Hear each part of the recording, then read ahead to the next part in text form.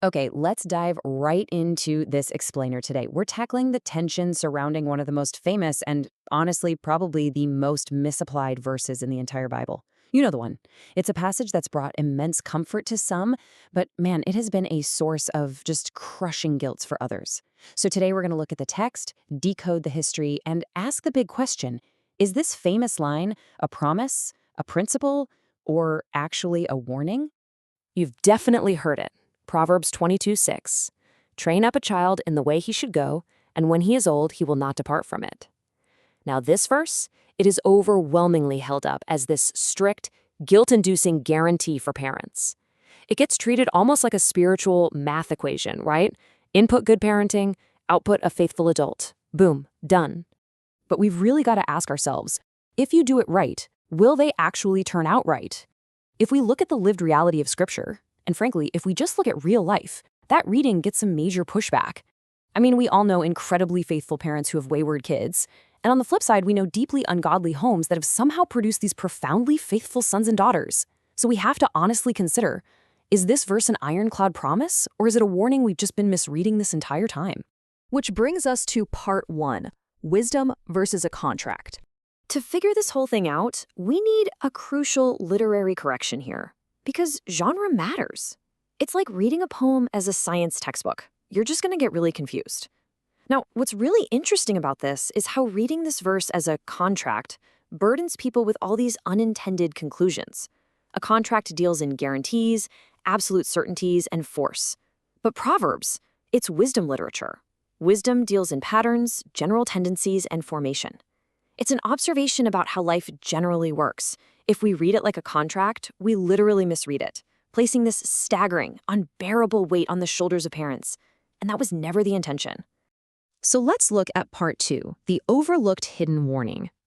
Once we realize we're dealing with wisdom literature, this totally fascinating Hebrew translation of the phrase, the way he should go, opens up. It gives us two legitimate, yet wildly different understandings. The first one is the familiar reading, right? Providing moral direction, training a child in the right way, as in God's way, teaching truth, modeling righteousness, directing them toward God. There's no tension here at all. This is completely true, necessary, and fully supported across the whole Bible. But here is the second, often totally overlooked understanding. The Hebrew phrase can actually also mean training a child according to his way, meaning a child's natural bent, their personal disposition, or fleshly inclination. This is a dangerous twist because it reveals that training a child according to their unchecked natural inclinations is actually a highly relevant warning. Let's see how this builds a tangible cascade of warnings, because whatever unchecked trait you nurture is exactly what they will not depart from. If you train pride, expect a proud adult. Indulge selfishness? Yeah, expect a self-centered adult. Avoid correction, you're going to get an undisciplined character. If you shape a child according to their natural bent, don't be shocked when those exact inclinations define them down the road. So the absolutely crucial point here is that training always works. The real question is, what are you training toward? There is no such thing as neutral training. You are always shaping a direction. It's either intentionally toward God and moral character, or it's unintentionally toward the flesh and those unchecked natural bents. And that brings us to the second famous half of the verse. He will not depart from it. We so often hear this as a guarantee that they'll never, ever leave. But in wisdom language, it more accurately conveys a deeply ingrained pattern, a path that basically becomes second nature, a trajectory that is just incredibly hard to break. Now, this doesn't deny that there will be seasons of rebellion or periods of wandering, but it does clarify that early formation leaves this lasting, heavy imprint that doesn't just easily disappear. It creates gravity. Let's move to part three, free will and the kings. To really test this wisdom out, let's look at the historical record. And this brilliantly illustrates the historical reality of the biblical kings, proving the rather uncomfortable truth that a godly example does not override human will.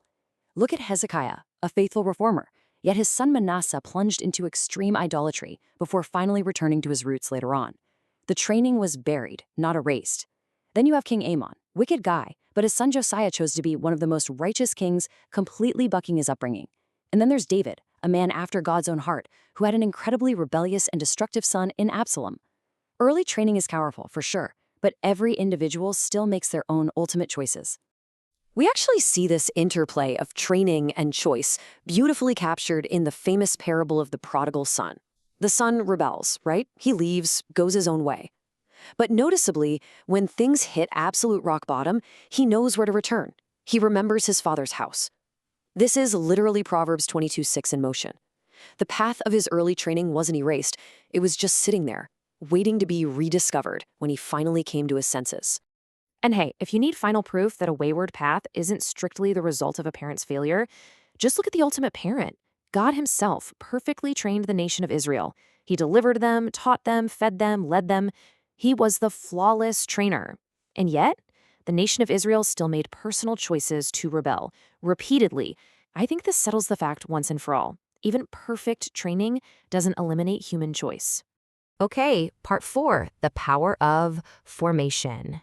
So, let's synthesize all of this. This famous verse, it's not a rigid guarantee of an outcome. It is definitely not a measuring stick for parental success or failure, and it doesn't deny human freedom.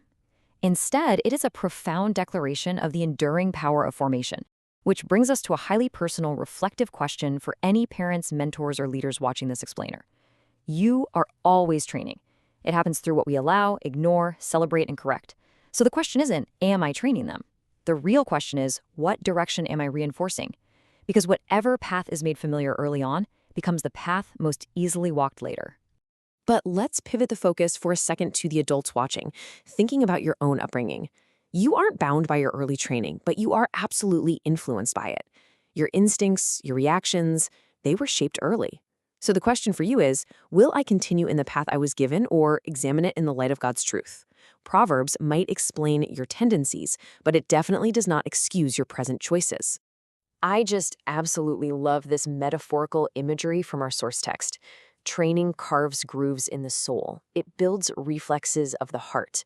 Early training sets a direction that feels incredibly natural, almost like a default mode for a human being. But while it feels natural, it is ultimately not final. Which leaves us with this final thought. At some point, every trained child becomes a choosing adult. The training provides the landscape, but the individual still has to walk it.